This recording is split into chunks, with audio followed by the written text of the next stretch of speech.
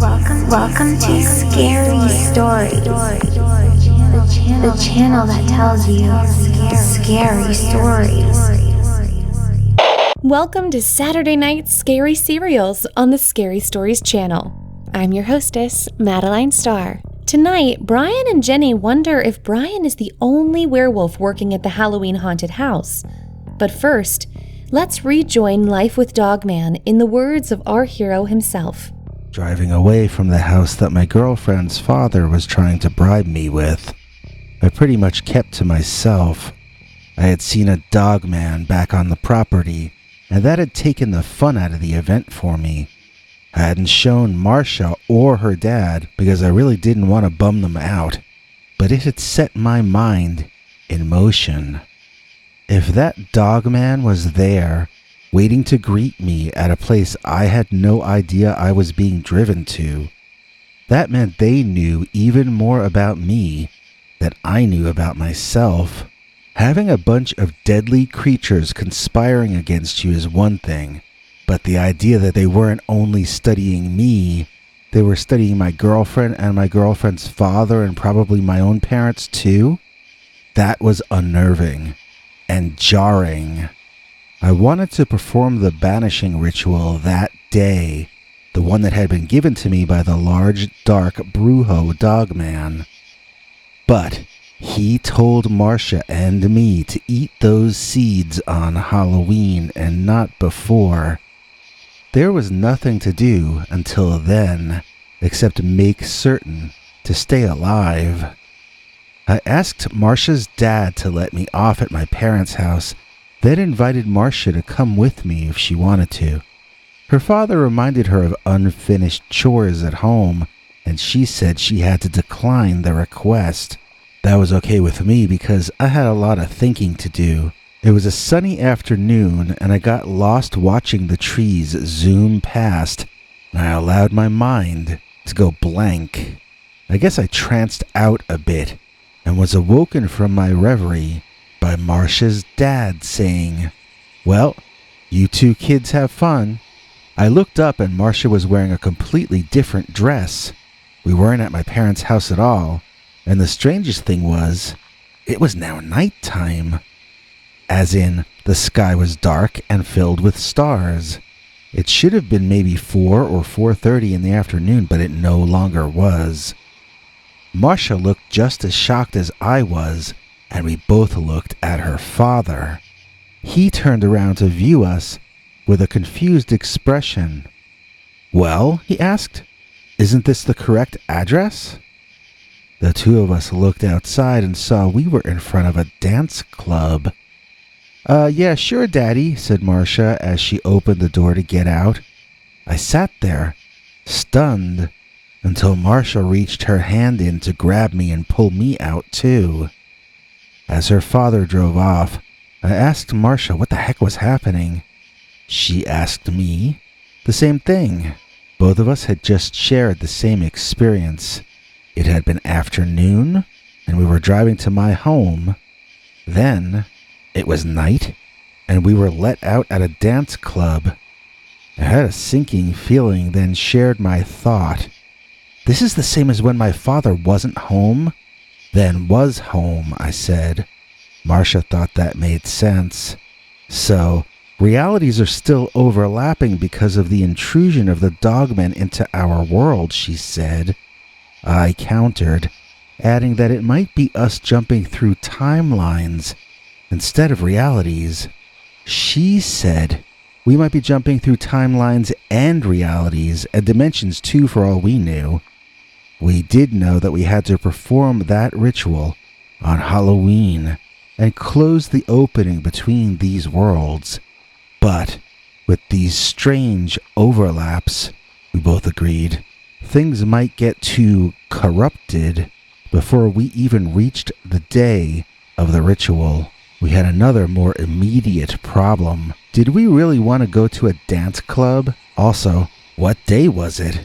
Had we moved forward in time? And if so, by how much? Marcia suggested we walk and casually look around for a way to tell what day it was. I wanted to just ask the bouncer in front of the club but she ordered me not to ask anybody. She said she didn't want me making her look like a crazy person.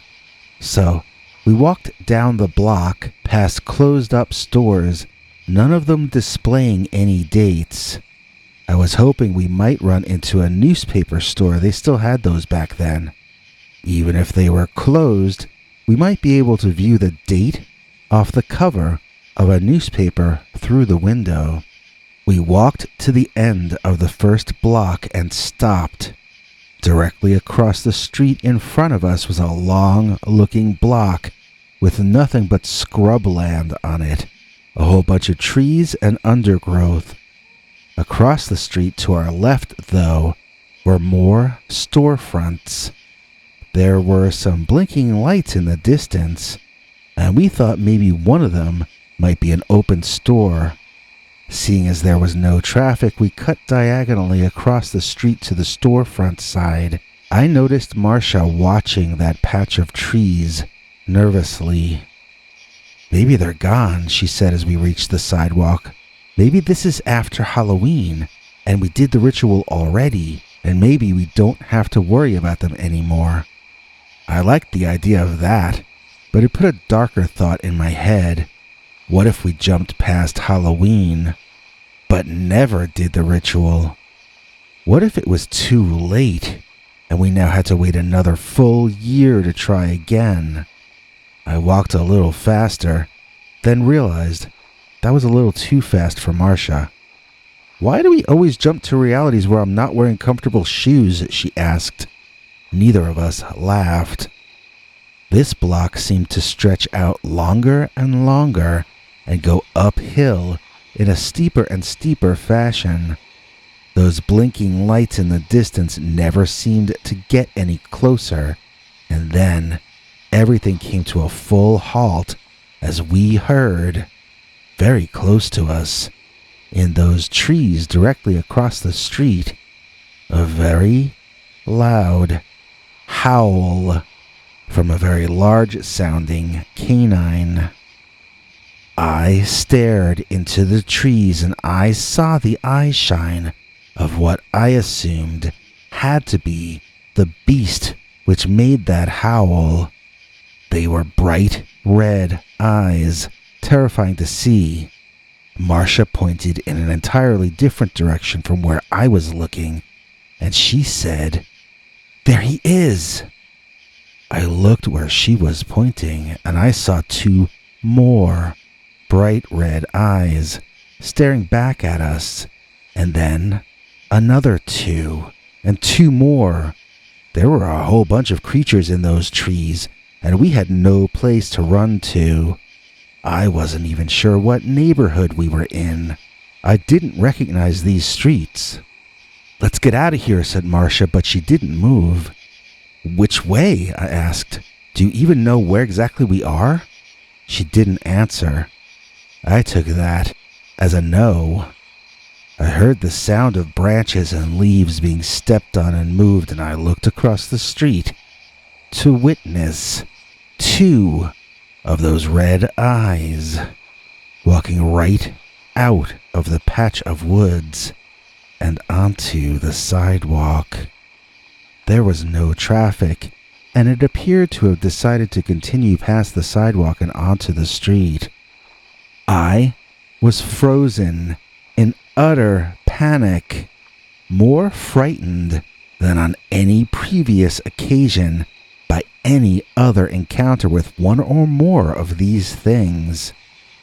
Marcia ran to one of the buildings and started pushing all the intercom buttons, screaming for help.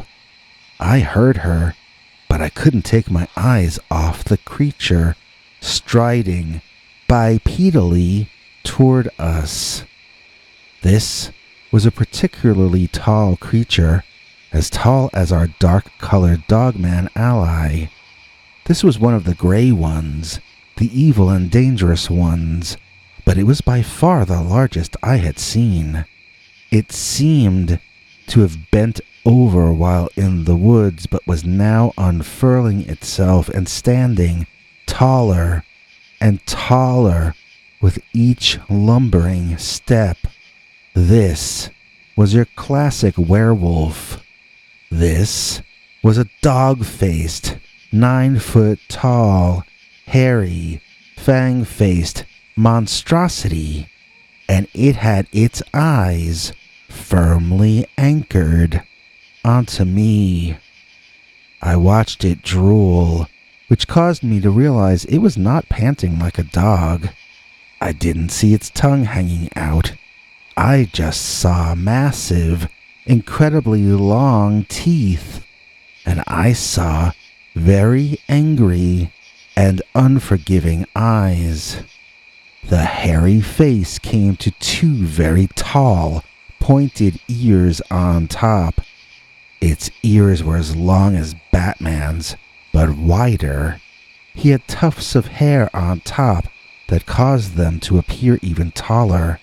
As it took another step toward us, it seemed to grow even taller than it had already been. I prayed that I was dreaming this. I hoped I was asleep. In either case, I was, without a doubt, witnessing a nightmare approaching. And then, the most absolutely strange thing happened. And what happened then? Find out next Saturday night. Same dog time, same dog channel. But wait, we'll be right back with the all-new chapter of Bryan's Lycan Troubles right after this. And now, get ready for an all-new, completely uncensored, slightly bloody, and absolutely terrifying new Dogman story. Oh, wait. YouTube won't allow me to tell you stories like that on this channel. If you want to hear that, you're going to have to go to peterbernard.com and sign up for our paid subscribers club. You can choose any price you can afford for a 1-month subscription, and then every weekend, we tell you a story YouTube would never allow us to tell you on this channel. See you this Sunday for an all-new, very scary, completely uncensored Dogman story. And now, Bryan's Lycan Troubles continue. Jenny looked, and she saw it. It was eye shine from the darkness between the trees. It was a yellowy amber sort of color, and she knew what that meant. The orange eye shine moved inside the woods, and soon Jenny understood that it was moving toward her. As she watched, something emerged from those woods that was not human. It twitched and snarled. It bared its teeth and made angry sounds, even moving out into the relative light. Those eyes continued to glow a slight bit in an utterly unearthly way. It stood hunched over and yet still nearly twice Jenny's height, balanced on 2 massively muscular dog-like back legs. Unlike a natural dog, this unnatural thing stood reared back, belly exposed, arms held in the air in front of it, displaying its long, razor-sharp, dagger-like claws. Its eyes appeared lost and savage. The nostrils flared with each breath, and its teeth were on full display, each one of them longer, sharper, and more dangerous looking than the teeth of any normal land animal on this entire planet. An animal of this size would need a lot of energy to subsist, and it was clear this particular one seemed very hungry. Perhaps one might even describe him as hangry. Jenny looked up and saw the creature staring right back. Its ears moved to a surprised position as their eyes met, but he did not change his dominant and agitated posture. in the slightest. This was a beast who was used to dominating his turf, one that had no idea how to bend the knee. This foul-smelling thing had great height. It had a savage demeanor. It had intelligence above the level of most non-humans, and it had opposable thumbs on its front paws. Essentially, this thing had hands. And on top of all of this, it had the strength of 25 very strong men. This was a creature a bear would run from. This was a creature that silenced the forest around him. Even a cricket wouldn't chirp out of fear of attracting the attention of this horrible thing. This was a Lycan, a werewolf or lycanthrope. It was a part-time man on the man's day off. This was an 8-foot-tall living creature that wasn't actually any kind of real animal at all. This, in short, was an abomination. Jenny ran toward the hideous, terrifying, and supposedly mythical monster. The two figures met, and soon, Jenny was embracing him, because this monster was better known as her husband, Bryan. The two of them were clearly glad to be reunited, and there was body language between the two so that you could see they were very close. The Dogman picked Jenny up and flipped her onto his back. When she had herself in a good position on his shoulders, she looked back toward the other Dogman, the one that had howled and brought her husband back. But she could see that they were the only two people, or animals, there. Her first instinct was to escape, turn around and run. But then she felt the pangs of her conscience, and she knew they had to head back to make things right where they had come from.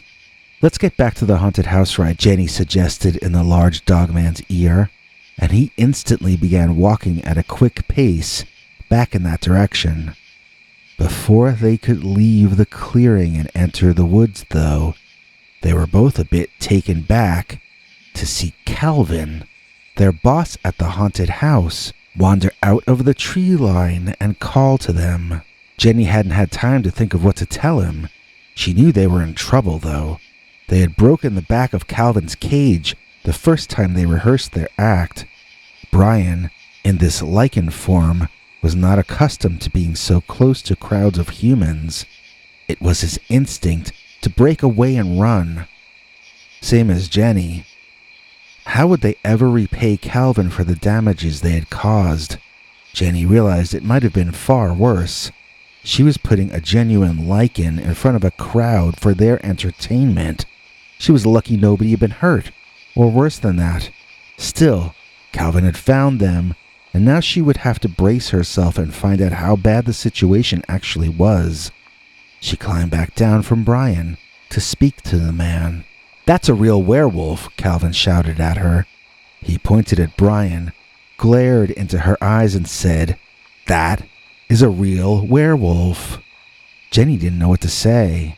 "You think werewolves are real?" she asked lamely. Calvin ignored her and asked why she hadn't told him that she was bringing a real werewolf into his haunted house show.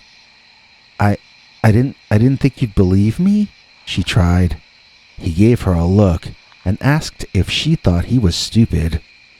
When he asked again, she realized it wasn't a rhetorical question. "Of course I don't think you're stupid," she replied. "Then why didn't you just show me the transformation? Let me see for myself that it wasn't a trick, and just let me draw my own conclusions." Jenny said she did show him the transformation, and then they got into an argument. She was flummoxed and too confused to know how to formulate a coherent answer. Calvin just charged on, ranting about how she had put his people in danger needlessly. She apologized and kept apologizing, and Calvin kept ranting. About the cage, Jenny started, but Calvin cut her off, saying it was already fixed. He said he just needed to locate his other man, and then they would all need to head back and recommence the rehearsal. Jenny felt like her brain had just been twisted around in her head. You mean you still want my husband in your show? But he's an actual werewolf, she stammered out. And I'm an actual showman, Calvin informed her. It takes a real showman to train a real werewolf. So, I'm taking over your act. Don't worry, you'll still get all the credit, dear Jenny. At that moment, Jenny could hear something emerging from the woods, and Bryan adopted a defensive position. It was that man from before, the man who had transformed into a man-wolf and summoned Bryan. Jenny gasped, and Bryan began growling while taking a step backward. There you are, Joe, said Calvin. As you can see, I found them before you. You sure did, Cal, responded the werewolf that Jenny now understood was called Joe, as he gave her a private little wink and a smirk. Then he moved his finger to his lips, signifying that she shouldn't say anything. Calvin had sent a werewolf after a werewolf. Did he know he had done that? Was he aware Joe was a Lycan as well? Joe knew things about Jenny and Bryan that a normal worker at a haunted house would not know. Jenny wondered how long he had been there. She was pretty certain this was the same Lycan who had changed her husband back at that restaurant, who gave him the power to turn into a beast not only on the full moon, but also when overstressed emotionally. Did he join the haunted house in order to keep up on Bryan? Or was he already working there before the first time they had encountered him? Jenny's mind was in a whirl, and Bryan hadn't stopped growling. Feeling insecure, Jenny scrambled up on the big Lycan's shoulders and peeked out nervously at Joe. He seemed to find all of this very amusing. Jenny realized that Calvin had been ranting, and she hadn't been listening. He was asking her if she understood what he had said. In an honest moment, Jenny told him she didn't really know if she understood much of anything any longer. Well, don't stop there. Oh, to find out what happened next, we'll have to come back here next Saturday. Same dog time, same dog channel. If you enjoyed this, please click like or consider subscribing. Remember to click the bell icon or you won't get notifications. If you want to listen to Bigfoot's secret uncensored story each Sunday, just go to peterbernard.com and become a paid subscriber. See you tomorrow. Same dog time, same dog channel.